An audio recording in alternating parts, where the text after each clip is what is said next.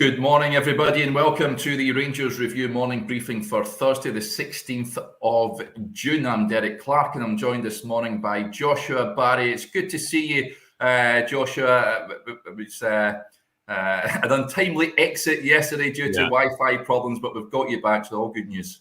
Technical difficulties in the office with the office Wi-Fi, so actually not my fault, but no, good to be here. I thought I'd just leave you and Johnny to it yesterday. It actually sounds, the listeners might not have heard this, but just before you went on air, the birds were chirping in the background of your video. Do you have the window open? Is it nice and sunny down in Warwick? I've got the window open today as well, yes, so the birds are chirping away. It's a lovely summer's day down here in Warrington. What's it like up there in Glasgow? Not great. Usual? Yeah. Not great, yeah, usual. Yeah, we've had our 10 sunny days, but today's only about. I think some of the players come back on the 27th of June, which is crazy to think that after last season we're only 11 days away from a good chunk of the players coming back. I mean, football never stops, does it? Which is brilliant, but you kind of blink for 20 seconds and the pre-season's back.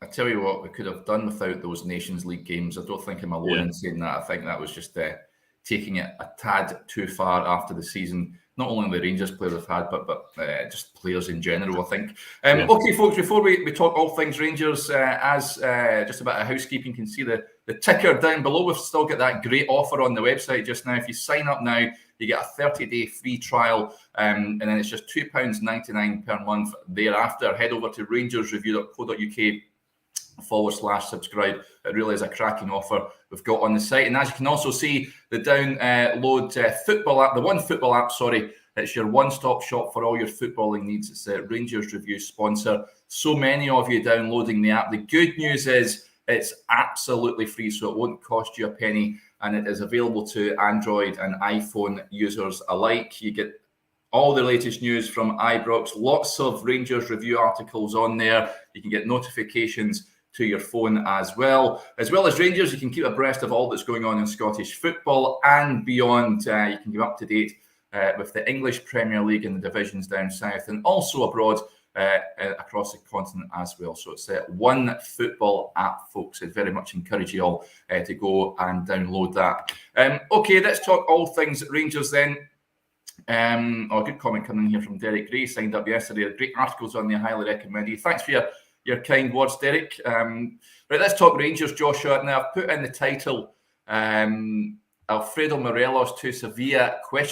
Now, this was, I seen this last night. Betfair have apparently suggested that Alfredo Morelos' next club is likely to be Sevilla. They've been installed as favourites for his signature at 3-1. Aston Villa at 6-1, Crystal Palace 7-1, Newcastle 8-1, Leicester at 10-1. But looking at it, there's no real concrete links. It just seems to be a bit of pie in the sky stuff. Morelos told a Colombian radio station that's quoted in here in the Rangers Review, Rangers fans are loyal fans who support us everywhere we play. That feeling of knowing fans travel to other countries far away from Glasgow is wonderful. I feel that unconditional support. They love me a lot. They cheer my name at every game in every stadium. As a player, this motivates me to keep working, keep playing well, and to want to stay playing there for years to come. I've got a feeling Alfredo Morelos is going to stick around, Joshua. What's your feeling on that? He just loves it, doesn't he? More than I think most players.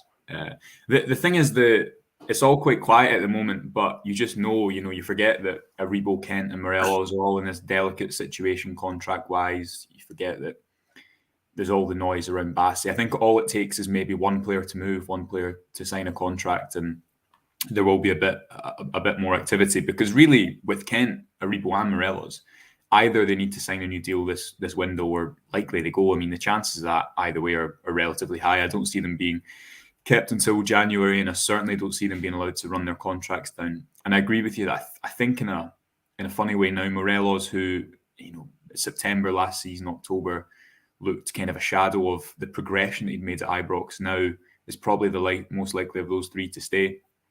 Van Bronckhorst, certainly in the initial few months, I think brought out arguably the best Morelos that we've ever seen at Ibrox in terms of, you go back to that Europa League run where he's scoring the headers away at Feyenoord. I think he's obviously a bit more of a complete player now, and I'm sure Roy Mackay had a big part in that as well. A lot of was made of the way that they could maybe communicate with him in Spanish, but certainly in that kind of phase, he was absolutely brilliant. Obviously, got the unfortunate injury. He also seems more settled than he kind of ever has before, and we've discussed this a few times on the podcast, Derek. But in years gone by, it was no surprise when Morelos went away on international duty to hear kind of noises about the Premier League. Whereas now, as you say, and as you've just read, it seems to be that he's very settled in Glasgow. And what those Glenn Kamara comments that I believe you were discussing yesterday about him saying, look, you can't get this really anywhere else. You can go down to England and there'll be good atmospheres, but if Morelos goes to a team in England, it's not going to be the same as the experience he has at Ibrox. And for a lot of players, I'm sure that's a big kind of dictating factor in where they want to play the football. And also, you've got the carrot again of very realistic Champions League qualification this year. So I think if he were to stay, that would give everyone a real boost before the season were to start. And I think you'll see with Van Bronckhorst and Roy Mackay and the type of football that's being introduced at Ibrox and being developed, he can play some of his best football here, and the evidence of that is the football he was playing just before his injury. Yeah. I've touched on this beforehand. I think Rangers need another 2 strikers.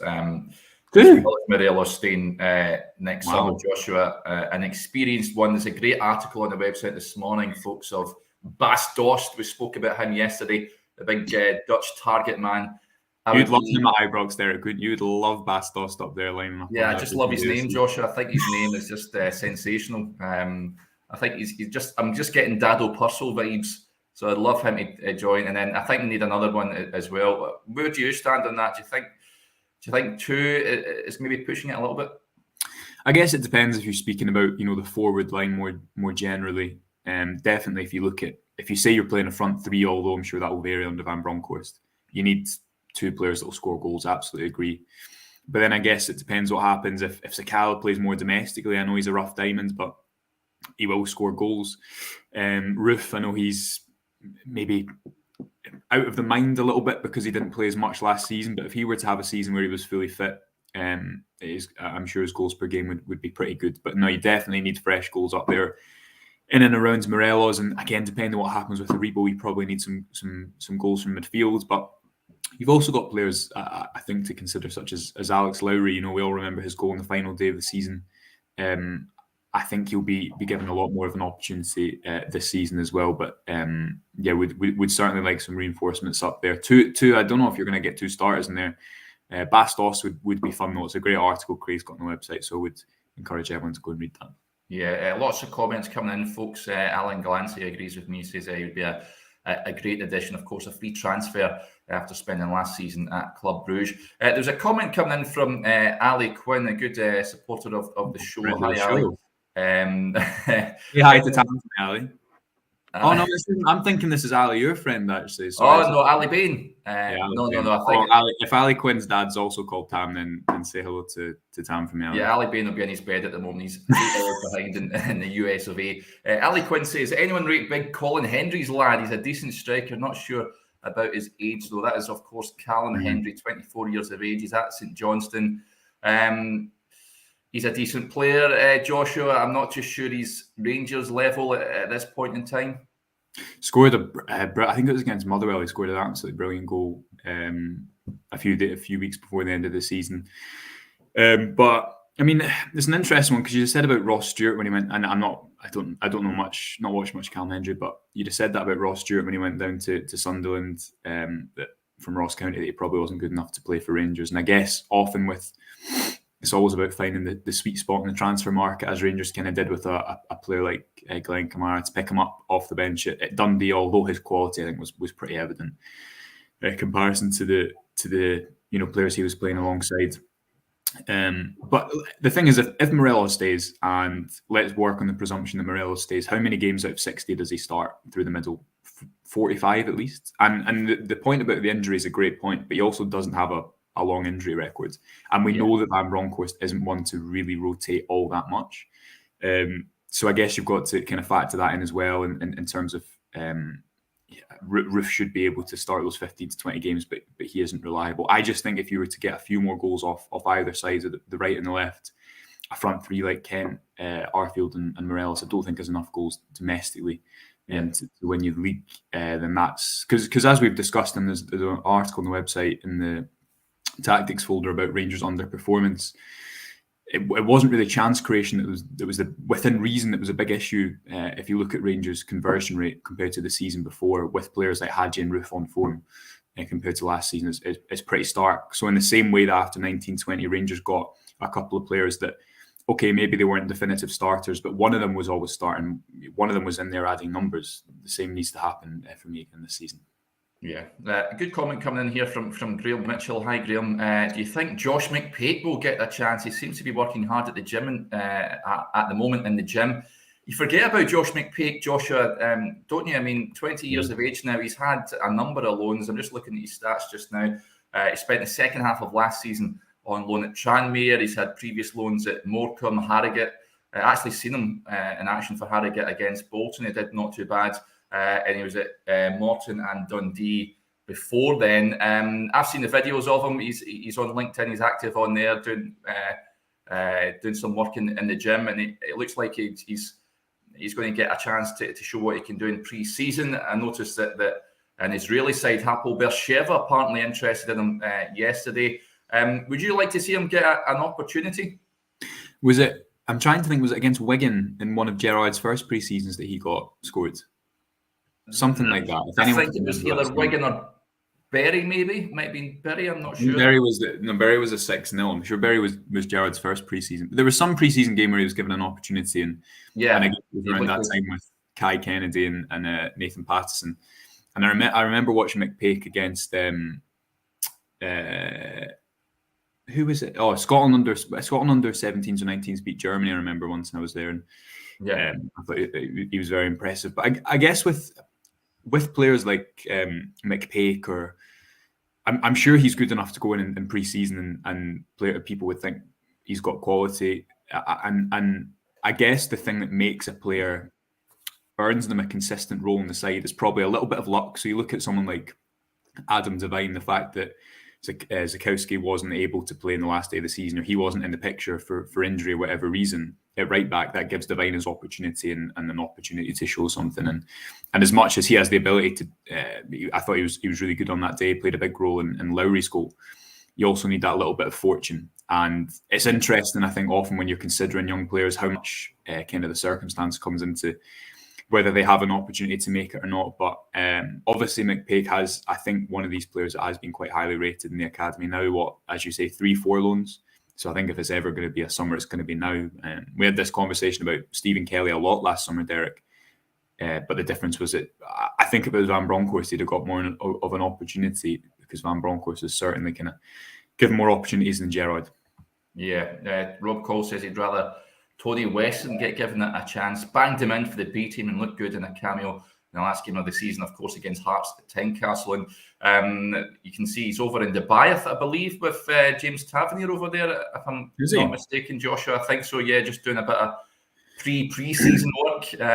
Like you say, football never stops. And I mean, it's great to see the skipper, of course, going through a rigorous fitness regime. You see a lot of players now doing that, don't they? They don't necessarily take actual breaks off. They keep their fitness ticking over, and I guess you have to at this level of football. But Tony Weston, would you be quite happy to see him given more of a run out next year? Well, I'm trying to think the last game I seen him, might have been the 3-0 Old Firm B team win. Oh yes, scored a great goal then. His movement was really good. I think, and then he came and did he not play off the left for a little bit of that Hearts game? Is that right? I think so, yeah. So he scored a lot. I guess the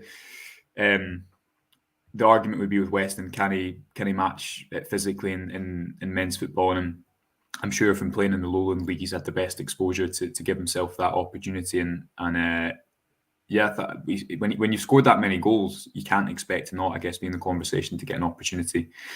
In the first team, as a lot of the young players had at the end of last season. So, and then you've also got to think like players like Cole McKinnon, and Devine, who I think athletically really look like almost like first team players, certainly in that when they came on against or played against Hearts. and Lowry obviously is a kind of, he's going to be around and involved in the same with Leon King. So it could be a really good year for the academy, as good as last year was as well, in terms of these players getting a more of a consistent run out in the first team. Yeah, Stuart Keane reckons he needs a loan, and perhaps that might be the case. Who knows? I think that's the thing as well with Lowland League football, Derek, and that's one of the reasons why it's so good. Is Weston is playing men's football. He's playing in games that matter against teams that want to go up, against teams that are playing for bonuses, and against men and not just boys. And he's still within the environment of being able to train with the first team, I'm sure, and be developed by Rangers. So I think that's one of the reasons maybe you've seen such success in terms of these youth team players being able to go up against Hearts, especially in the final day of the season, and not look out of place, because the environment that they play within week to week doesn't differentiate too much from men's football at a competitive level, obviously, quality aside. Yeah. Colin Cooper has arrived late. That's a fine, Colin. Kick off just after 9:30, but we're just talking transfers just now. Not much. You can, yeah, absolutely. There was a good comment that came in I just wanted to touch on now. Billy Gilmour just recently signed a new deal with Chelsea, an extension, Joshua. Now, he's always going to be linked. I think you don't need to be Einstein to put two and two together and understand why. Amir Ali says, are we interested in Gilmour despite his recent forms? Type of creativity is what's needed domestically to open up teams that park the bus. Now, for me, another comment came in suggesting Rangers already have a player of that ability on the books in Alex Lowry. Where do you stand on Billy Gilmour? Would that be a player you'd like to try and get in? Of course, it would be a loan move. Do you think Rangers need him?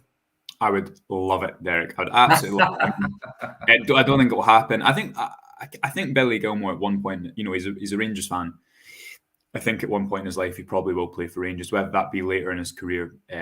You'd imagine so. But he honestly would be brilliant, because he might have had a little bit of a difficult year. What footballer doesn't have that? But the thing he does so well, and I think it's an issue Rangers have, is set the tempo from the base of midfield. And I think you've seen this at its best when he came into that Scotland team that was at that time and sometimes remains quite lethargic. But the way that Gilmour managed to speed up the play with the simple actions he did at the bottom of midfield, but did them so well, I think you'd notice a real improvement sometimes in the tempo that Rangers play with, that I think domestically can on occasion be a bit of a struggle. I don't think it will happen, but I would be absolutely delighted if it was to happen. Maybe if Champions League we were to get into the Champions League, that would be the case. But I think Gilmour will go for another Premier League loan, maybe even go and play in one of the big five leagues. Brilliant technique. I mean, remember that game he came through? I think it was against Fabinho, Chelsea, Liverpool. Yeah, it was class. Yeah, just because the thing is, I think with these young players, especially deep midfielders who maybe aren't the flashiest of positions, is maybe people have such a high bar after one game, or they kind of don't manage their expectations. But he's as brilliant a player as he was last year, going to have a fantastic career for Scotland, and I'm sure got a fantastic club career as well. Yeah, and CGM55 quite rightly says it. Not saying this, Chelsea activated a year-long extension on his current deal. They did it to protect his value. Yeah, I'm sure there'll be, of course, he was at Norwich last season. I'm sure there'll be a number of clubs that we want to take him on loan next season. It remains to be seen also if he has more of a say in that Chelsea side. It'd be interesting to see. Just on the deep midfield, Derek, I think it's worth noting as well. Depends what happens. We've got this on the site today. It depends what happens with Glenn Kamara, because you can go and read that. I'll put the article in the comments in a second, but you can read that over on the website. Where does Kamara fit into the team next season? Is it in the deep midfield, line midfield role? Is it higher up the pitch? I think there's a really interesting parallel in the way that Van Bronckhorst, we always think of Van Bronckhorst and Kamara. Van Bronckhorst has used his qualities with his back to goal, and Gerrard did the same to play through pressure. He just did it to get the ball higher up the pitch, and Gerrard's team played at a slower pace, getting the ball into the kind of chance creation areas of the pitch. And I think that's an interesting parallel that shows you the stylistic differences between the managers. But for me, Kamara, with a whole pre-season behind him, as I said, I think I said this yesterday just before the meter cut out of the office. But if he's got a whole pre-season, if he's able to be conditioned a little bit in a bit more in the style of playing, what they want from him at the base of midfield. Because although it didn't end well for him at the bottom of midfield in that December period, and although there was, I think, some creases that needed ironed out, there was also some good moments. And I think alongside someone, you could still see the Kamara of 2021 alongside Stephen Davis, where he was absolutely brilliant for the whole season. Yeah, the point raised by Alan there, I sort of tend to agree. I think Rangers' priority is other areas of the pitch, to be honest. But it remains to be seen if a move materialises. I don't think it will, but you never know. Question coming in here from Darren. Says, do we know if we're likely to see Nnamdi Offabor this season? He seemed to be around the squad and match days more often towards the end of the season. I noticed that, Joshua. I've got to say that's encouraging signs. He's obviously, he still feels part of the side, even though he's had his heart issues.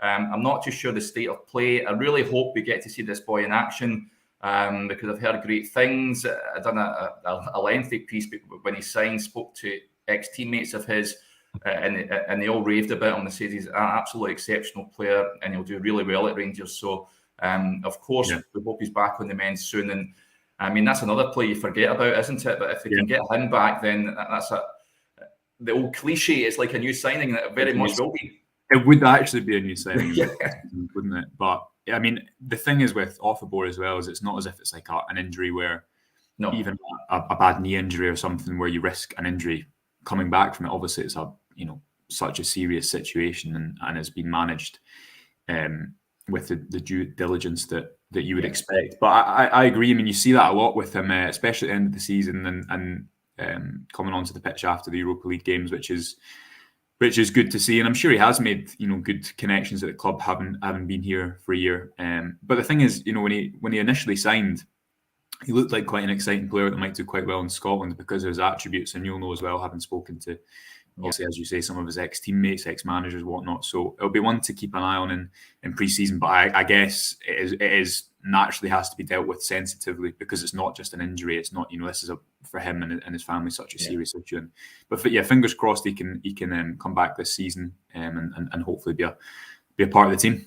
Yeah, I'd absolutely love to see what we can do in a Rangers jersey. Joshua just put that Kamara article in the descriptions, folks.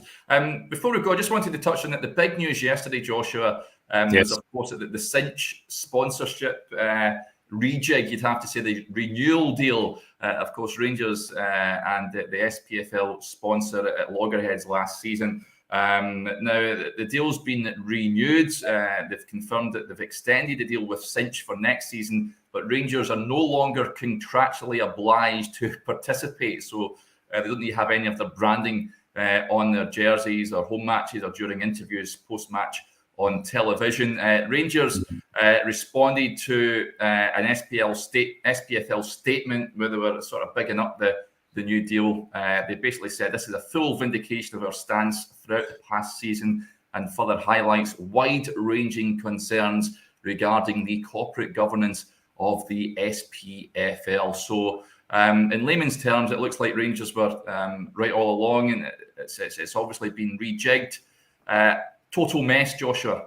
Yeah, well, as you know, whenever there is any legal issues, I just let Johnny explain it to me. And Johnny's tweet last night ended with whole rainforests of wasted newsprint. So I think you're right in layman's terms. It does seem, slightly mad that when the kind of the outcome has happened, given the kind of noise about it last season. But I think the club, as the club say, they'll justifiably feel very vindicated given their position last season. Yeah, it really is something else. But there you go. That's the weird and wonderful world of Scottish football. But there you go. It shouldn't surprise us anymore. Okay, folks, that'll do us there. Thanks to everyone for interacting with the show as ever. It really is much appreciated. Sorry if we didn't get to your comments. We'll be back again tomorrow morning on Friday. But until then, enjoy the rest of your Thursday.